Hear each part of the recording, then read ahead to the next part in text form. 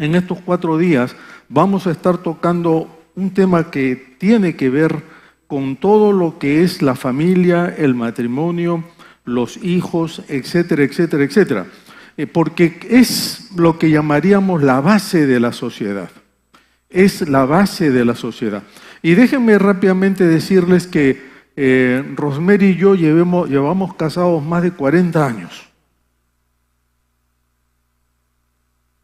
¿Qué tal? Algunos me miran como diciendo, ¿verdad? Eso es bastante. Cuando cumplimos aniversario de matrimonio, Ana Claudia, nuestra hija, nos invitó a un restaurante a cenar. Y la muchacha que nos atendió en la mesa, mi hija, muy orgullosa, le dice, mis padres están de aniversario. Y la chica dice, ¿y cuántos años? Bueno, 43 años. Y la chica se quedó así, como diciendo, me estás bromeando. Entonces le dijimos que no, que estábamos cumpliendo esa cantidad de años de matrimonio. Y la chica nos atendió, todo bla, bla, bla. Después de un rato regresa otra vez. Y la chica dice, ¿puedo hacerles una pregunta? ¿Cómo han hecho para durar tanto? ¿Cómo han hecho para durar tanto?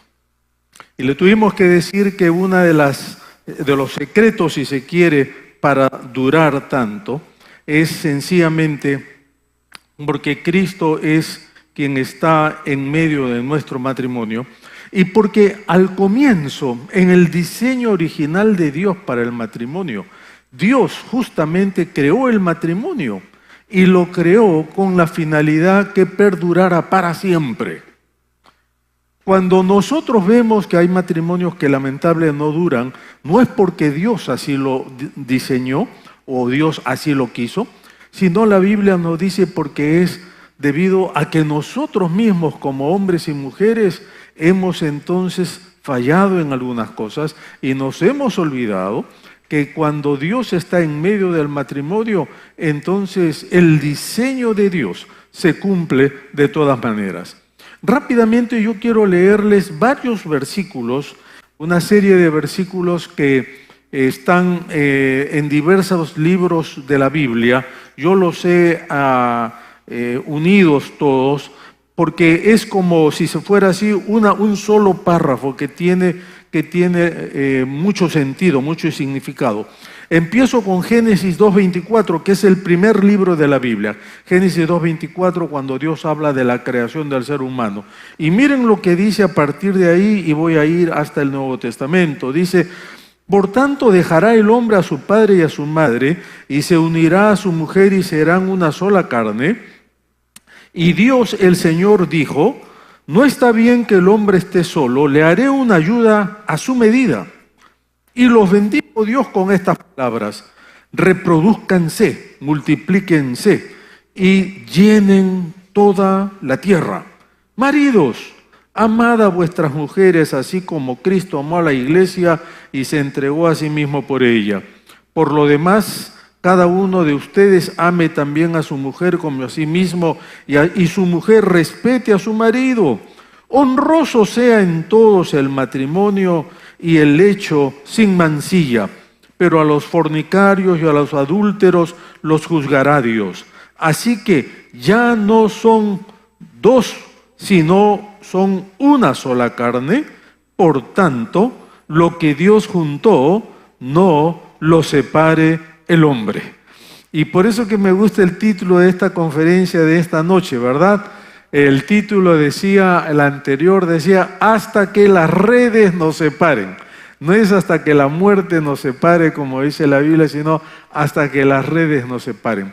Porque definitivamente nosotros creo que somos conscientes que en nuestros tiempos el matrimonio sufre de distintos ángulos, ataques, amenazas, de todos los estilos y de todas las formas.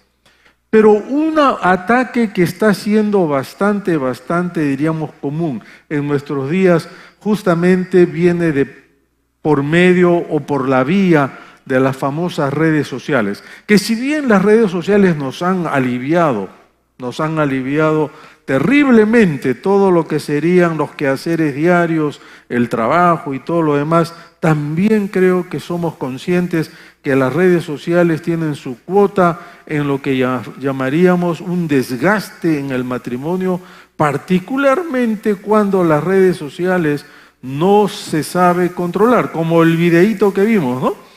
La pareja que está sentada en la mesa, cada uno con entonces su dispositivo viendo o haciendo lo que sea, mientras que el nene, el bebé, solito allí. Y miren ustedes que eso no es algo que rara vez ocurre, sino yo creo que es algo que ocurre más a menudo de lo que nosotros pensamos. Pero ¿cómo podemos ser conscientes de los impactos negativos o tal vez de las amenazas que las redes sociales traen para nuestro matrimonio?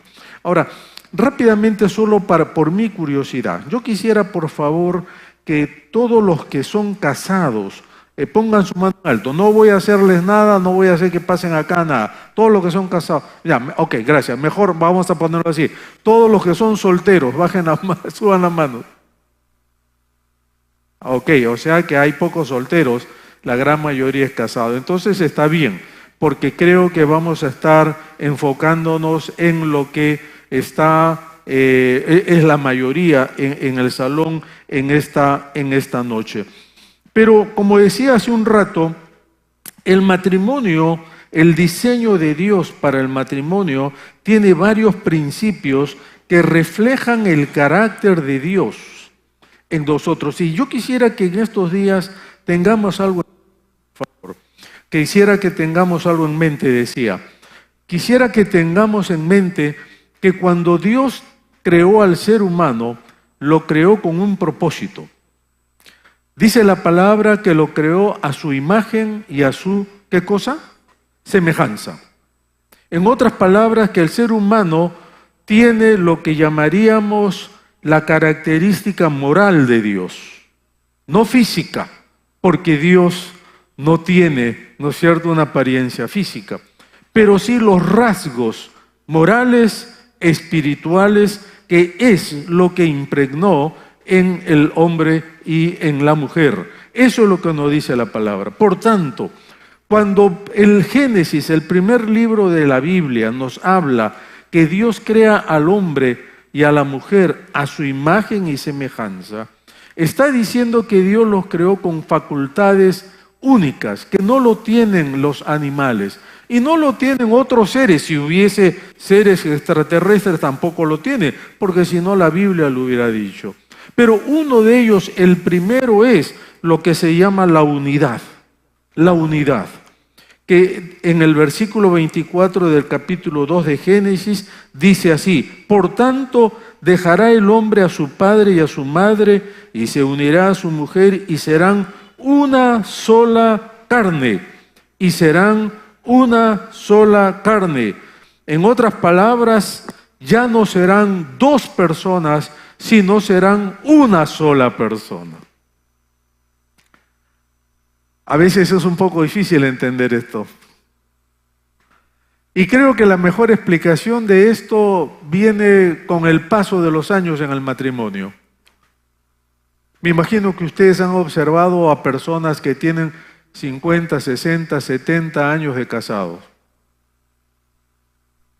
Y si ustedes lo observan bien, cuando están conversando ambas personas, el esposo empieza contando una cosa y la esposa lo termina.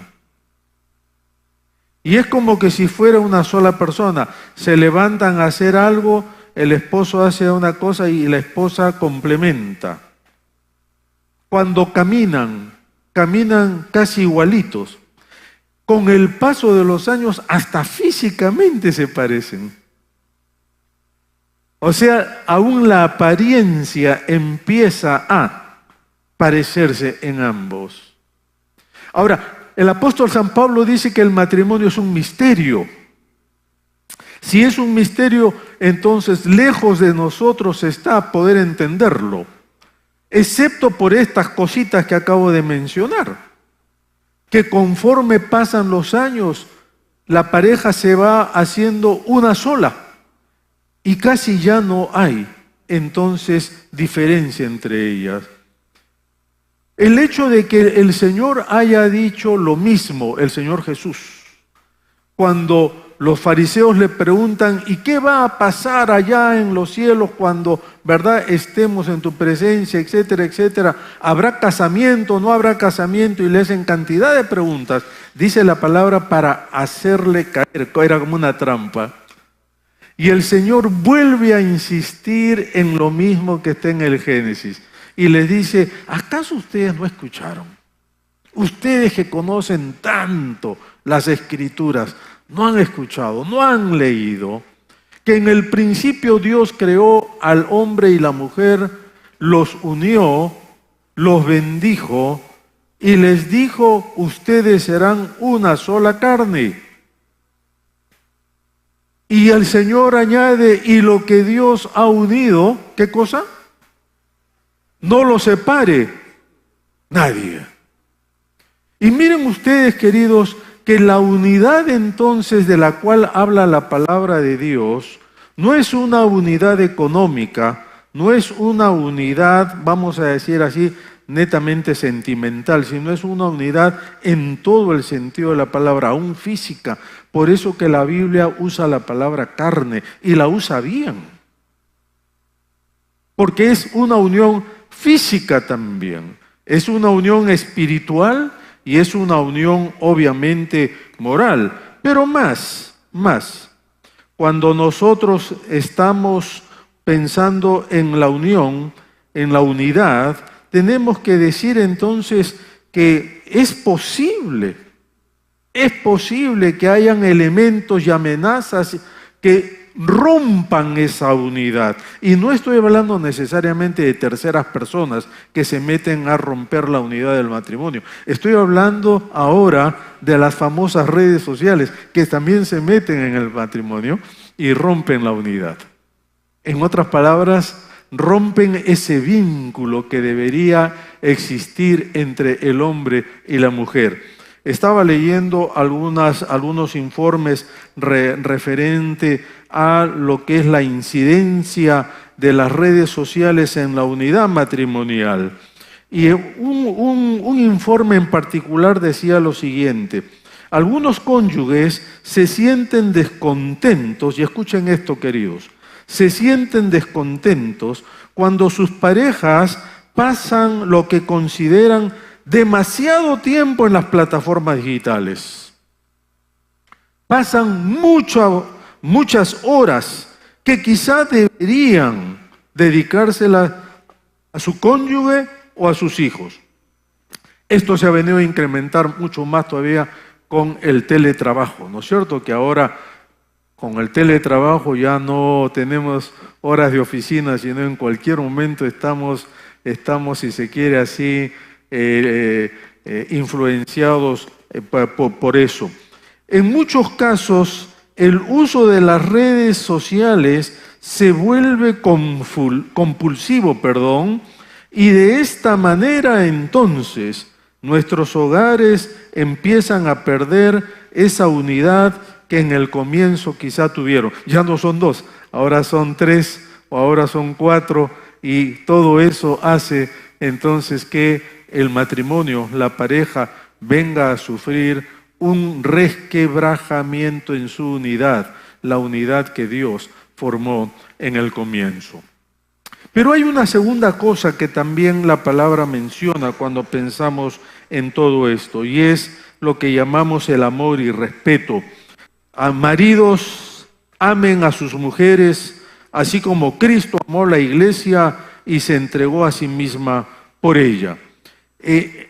Cuando el apóstol San Pablo usa la palabra amen a sus esposas o esposos, el apóstol Pablo usa una palabra que en el idioma griego es ágape. Esa palabra no tiene traducción para nosotros, porque para nosotros en el castellano ágape es amor. Pero lo que sucede es que ágape, en el idioma original, el idioma griego, significa literalmente respeto, consideración, significa también fidelidad, significa también amor sexual, significa todo eso. No es solamente lo que nosotros llamamos amor en nuestra palabra castellana, que, dicho sea de paso, con el uso, ¿verdad?, de los últimos tiempos, esa palabra ha perdido todo su correcto significado. Por eso que el apóstol Pablo, cuando dice a los esposos, amen a sus esposas como Cristo amó a la iglesia, está hablando de algo sumamente delicado e importante. Queridos, los que son esposos acá, el amor que tú le debes a tu esposa debe ser el mismo amor que Cristo tiene para su iglesia. Y Cristo nos dice la palabra que se entregó a sí mismo por su iglesia. O sea, el amor que yo tengo que manifestar a mi esposa Rosemary es un amor que se da por completo, es sacrificial, es un amor que se entrega totalmente porque yo estoy reflejando el amor de Cristo que Cristo tiene para su iglesia. Y nuevamente, aquí tenemos entonces ya un segundo problema. Porque si la unidad es amenazada muchas veces por factores externos, llámense redes sociales o lo que sea, entonces cuando hablamos del amor y la fidelidad encontramos lo mismo. Miren ustedes, queridos, miren ustedes que cuando nosotros hablamos del amor en nuestro mundo, tenemos que admitir que ha sido la cultura del entretenimiento, o lo que nuestro famoso premio Nobel Vargas Llosa dice, la civilización del espectáculo, ¿no? La que nos ha confundido, la que nos confunde con lo que significa o con lo que es el amor. El amor para nuestra cultura del entretenimiento y la cultura de las redes sociales, dicho sea de paso, es un amor, ¿cómo llamaría, hermanos? Es un amor que no es del todo real. Antes ese amor, Hollywood lo puso en las películas como diríamos el cuento de hadas, el cuento de la princesa, el cuento del príncipe azul, ¿verdad? La muchacha que estaba muerta y con un beso del novio se despertaba, bla, bla, bla, y todo. Entonces, claro, toda nuestra sociedad occidental ha crecido con esa idea de lo que es el amor. Pero ese no es el amor ágape del que está hablando la palabra. Últimamente, más bien, ya otra vez, la cultura del entretenimiento ha, si se quiere así, manoseado tanto el concepto del amor que ya ni podemos diferenciar qué es amor de lo que no lo es.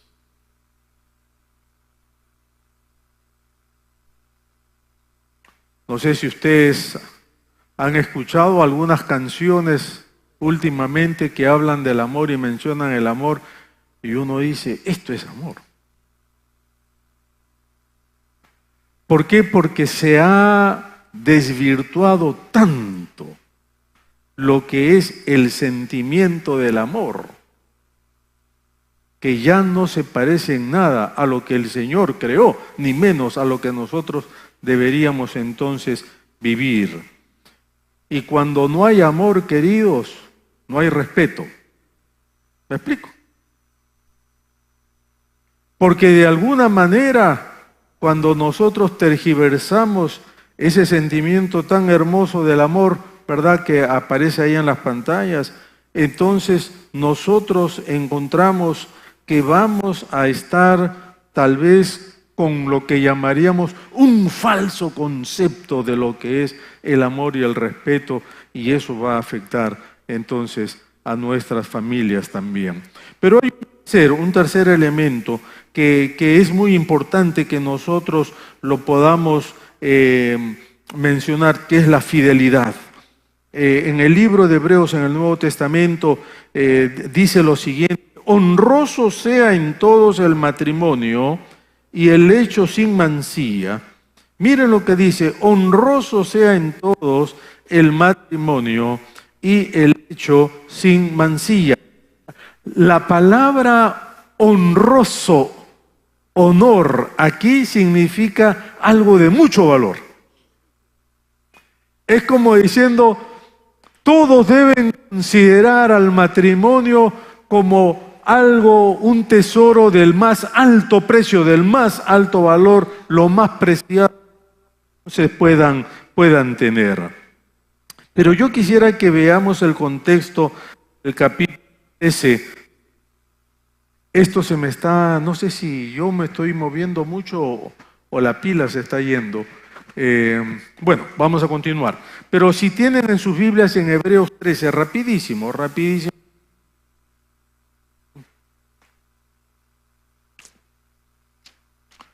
En Hebreos 13 encontramos entonces algo que a mí me llama la atención, porque hay que ver el contexto en el cual el autor lo menciona. Y miren lo que dice acá. Versículo 1. Permanezca el amor fraternal. Está hablando el autor del libro de Hebreos a cristianos. Dice, permanezca el amor fraternal. Miren versículo 2. No se olviden de la hospitalidad. Tal vez tengo mejor un micrófono normal. ¿Sí? Ok. Miren el versículo 3. Acuérdense de los presos, como si ustedes estuvieran presos. Miren el versículo entonces 4. Honroso sea en todos el matrimonio y el hecho sin mancilla. Y miren el versículo 5. Sean vuestras costumbres sin avaricia, contentos con lo que tienen ahora.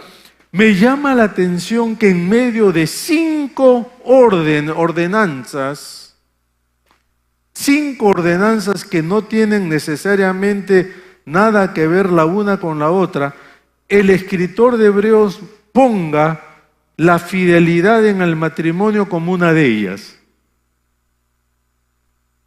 Y la única explicación para mí es que esta es la esencia del comportamiento y de la conducta del cristiano.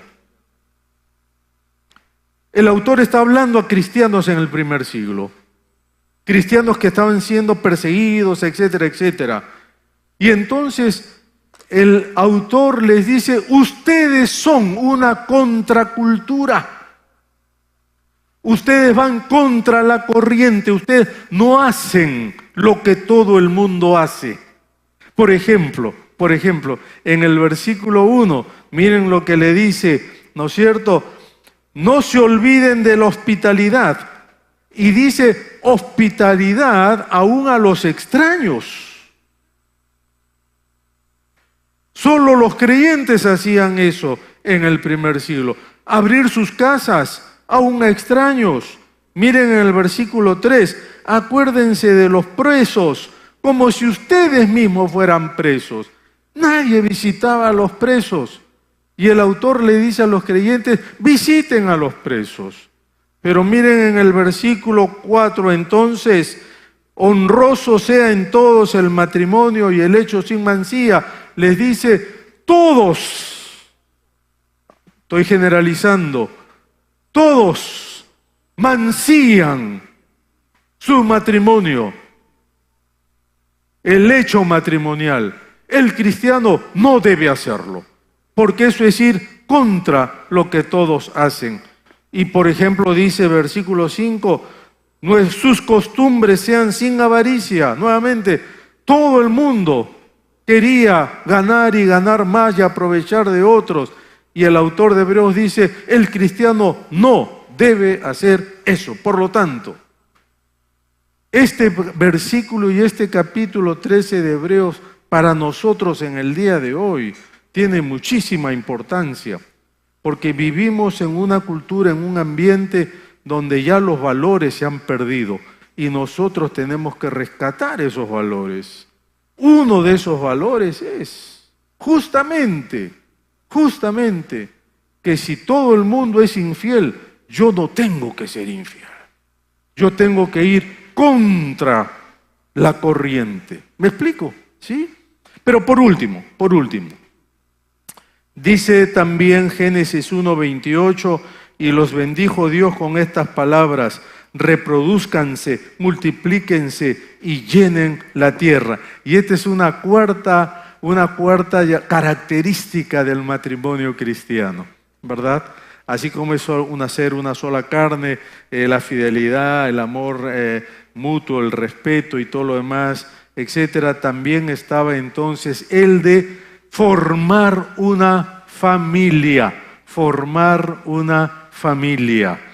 Y cuando pensamos, hermanos, en formar una familia, estamos hablando que esta es la bendición pura, ¿verdad? Que el Señor ha querido que todos nosotros podamos entonces experimentar. Sean fructíferos y multiplíquense y llenen la tierra. Ese es el mandato del Señor. Y por toda la vida, los seres humanos hemos cumplido ese mandato. Ahora tenemos ya, ¿cuántos millones de millones habitan la tierra? Díganme.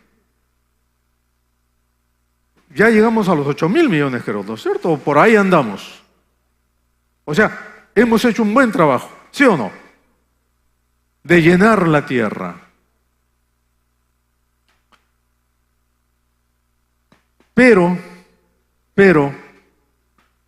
encontramos ahora, particularmente en ¿cómo llamaríamos? En estos 20 últimos años del nuevo siglo, ¿verdad?, que estamos viviendo, que hay una tendencia que se opone a esto, a ya no querer tener hijos, ya no procrear. Y es entonces lo que, pásenme la siguiente diapositiva, por favor, es lo que se llama los DINK. Quizás los adultos no hemos escuchado esta expresión. Los jóvenes lo escuchan más porque en TikTok aparece muchísimo esto. Estas son las iniciales en inglés, que literalmente sería parejas con dobles ingresos sin hijos. Eso es lo que significa DINK en inglés.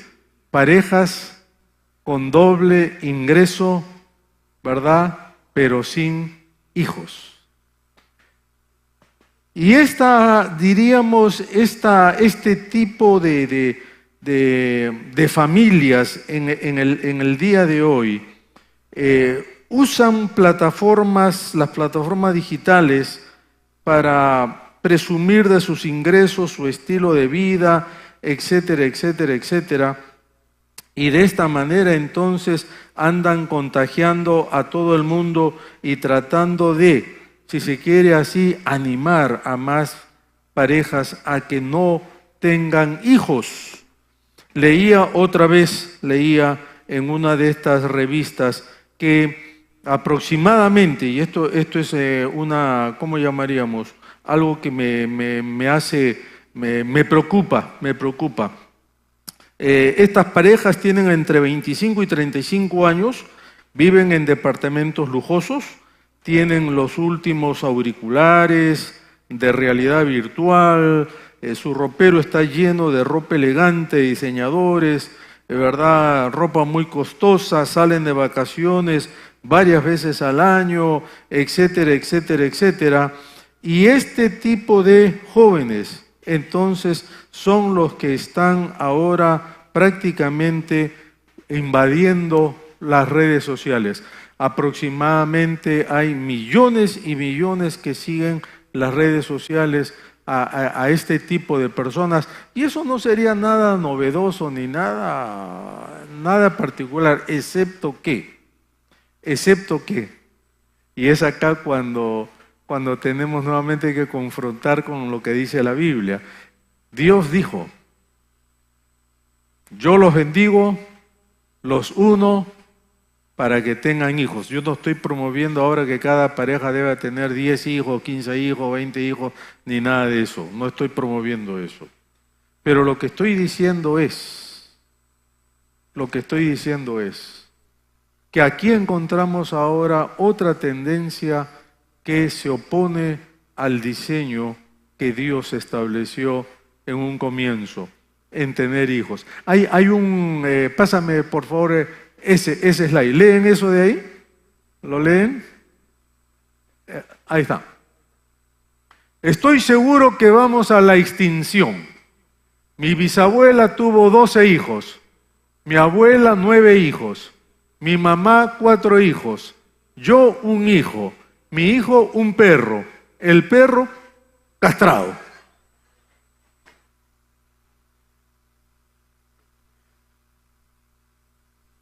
Ahora nos hace gracia, pero es la realidad. Es la realidad. Aquí en Perú todavía no, pero en países como España, Italia, ya no se ven tantos niños en las calles o en los parques. Eso es algo que nos impacta a nosotros cuando vamos de acá para allá y vamos a un parque. Lo que vemos en los parques son personas muy adultas y no niños. Nunca voy a olvidarme cuando nosotros vivíamos en Brasil y la prima de mi esposa, ellos son vascos, y vino con su esposo a visitarnos ahí a Sao Paulo. Entonces un día salimos a Ibirapuera, que es el parque ahí en Sao Paulo, uno de los más grandes, y el esposo no se cansaba de mirar y decirme, pero ¿cuántos muchachos hay corriendo por acá, por allá? Claro, todos los niños van al parque a correr detrás de la pelota, a jugar, y el esposo de la prima de Rochi no se cansaba de decirle, mira, mira cuántos chicos que hay acá. Chile ya está teniendo problemas también con lo que llamamos, ¿no es cierto?, el crecimiento demográfico. Y muy pronto Perú también será.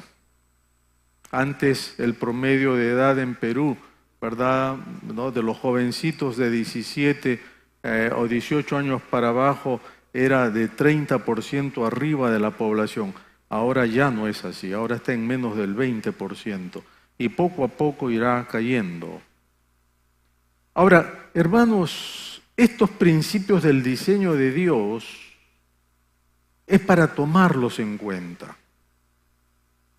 Es para tomarlos en cuenta. Y cuando entonces otros factores, como las redes, por ejemplo, se oponen a estos principios de Dios, tenemos que entonces mantenernos atentos, parar nuestros oídos.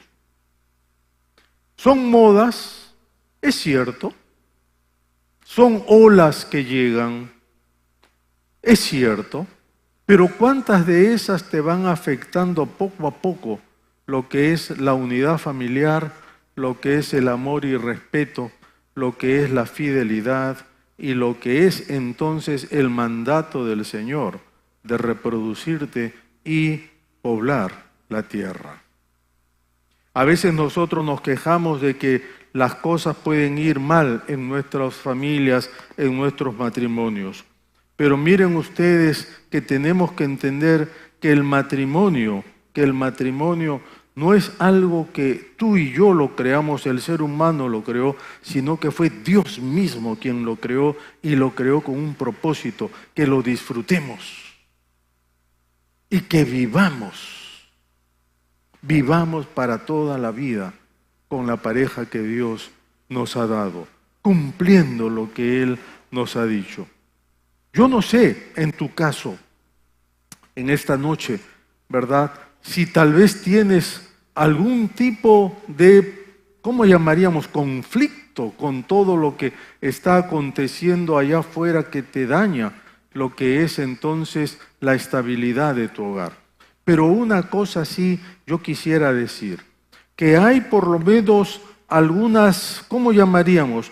Algunos consejos rapiditos que la Biblia nos da si queremos nosotros mantener nuestros hogares y nuestras familias entonces unidas como el Señor lo quiere para cada uno de nosotros. Primero, darle a Dios el primer lugar en tu vida personal, pero también en tu vida familiar. ¿Qué significa esto? Simplemente reconocer todos los días que Dios te ha dado una familia, que Dios te ha dado la oportunidad de poder vivir para Él, con tu esposo, con tu esposa, con tus hijos. Segundo lugar, darle a Dios el primer lugar de tu servicio. Y cuando hablamos de tu servicio estamos hablando de dedicar tu tiempo para algo, ¿no es cierto?, de bien para el Señor, sea en la iglesia o sea en nuestra comunidad. En tercer lugar, dar a Dios lo que a Él le corresponde, en otras palabras, el espacio para que Él te hable, para que Él te instruya, para que Él te dé el conocimiento de guiar a tu familia. Y esto no viene automáticamente del cielo, esto viene cuando nosotros estamos, ¿verdad?, estudiando, escudriñando las Escrituras. Pero también, en último lugar, no te olvides que el Señor merece todo tu amor, todo tu respeto y toda tu atención. Así como mi esposa demanda eso de mí y yo demando eso de ella, Dios también demanda de ti, querido hermano o hermana, toda nuestra atención, todo nuestro respeto y todo nuestro amor a Él. Estaba pensando, y con esto quiero terminar, estaba pensando en una persona, en un amigo, que por esas cosas de la vida, ¿verdad?, su matrimonio fracasó. Fracasó estrepitosamente y todo terminó muy mal, a pesar que él era una persona que confiaba en Dios, amaba a Dios, pero todo fracasó porque el hecho, queridos, el hecho de que nosotros inclusive vayamos a una iglesia no nos garantiza que todo va a ir bien, si es que nosotros no estamos, obviamente, en línea con el Señor. Este hermano ahora entendió que la cosa iba mal, terminó mal, se volvió a casar, por segunda vez terminó mal y por último se casó una tercera vez y ahora tiene un matrimonio ejemplar. Tiene un matrimonio con 3 niñas, 3 hijas y un matrimonio que juntamente con su esposa sirven al Señor, etcétera, etcétera, etcétera. Pero en un momento, con nostalgia, él me dijo algo. Me dice: pastor, si en mi primer matrimonio alguien me hubiera dicho que habían amenazas, que habían riesgos, si yo no tenía a Cristo en el medio de mi hogar, yo hubiera tomado todas las medidas para no fracasar, pero nadie me dijo nada. Si en el segundo matrimonio yo hubiera entendido, me decía él, la importancia de tener a Cristo en mi hogar, tal vez yo hubiera salvado también ese matrimonio. Tuve que pasar por 3 matrimonios para entender, y cuando entendí, él me dijo, yo caí de rodillas y le dije: Señor, ya no quiero más fracasos. Ya no quiero más fracasos. Aquí está mi matrimonio, aquí está mi vida, y gracias a Dios que ellos ahora, ya después de 18 o 20 años creo, tienen entonces un matrimonio feliz. Yo no sé cuál ha sido tu experiencia en esta noche, en la vida. Es muy posible que hayas tenido que pasar por experiencias muy duras. Tal vez no, y agradece a Dios si ha sido así. Pero si has pasado por experiencias duras, déjame decirte que en el diseño original de Dios, el matrimonio es para que dure, no es para estar, si se quiere así, cambiándolo o terminándolo todas las veces que nosotros querramos. Y si las redes sociales los están separando, ¿saben? Tiren esto, porque tu matrimonio y tu familia es mucho más importante que eso. Amén.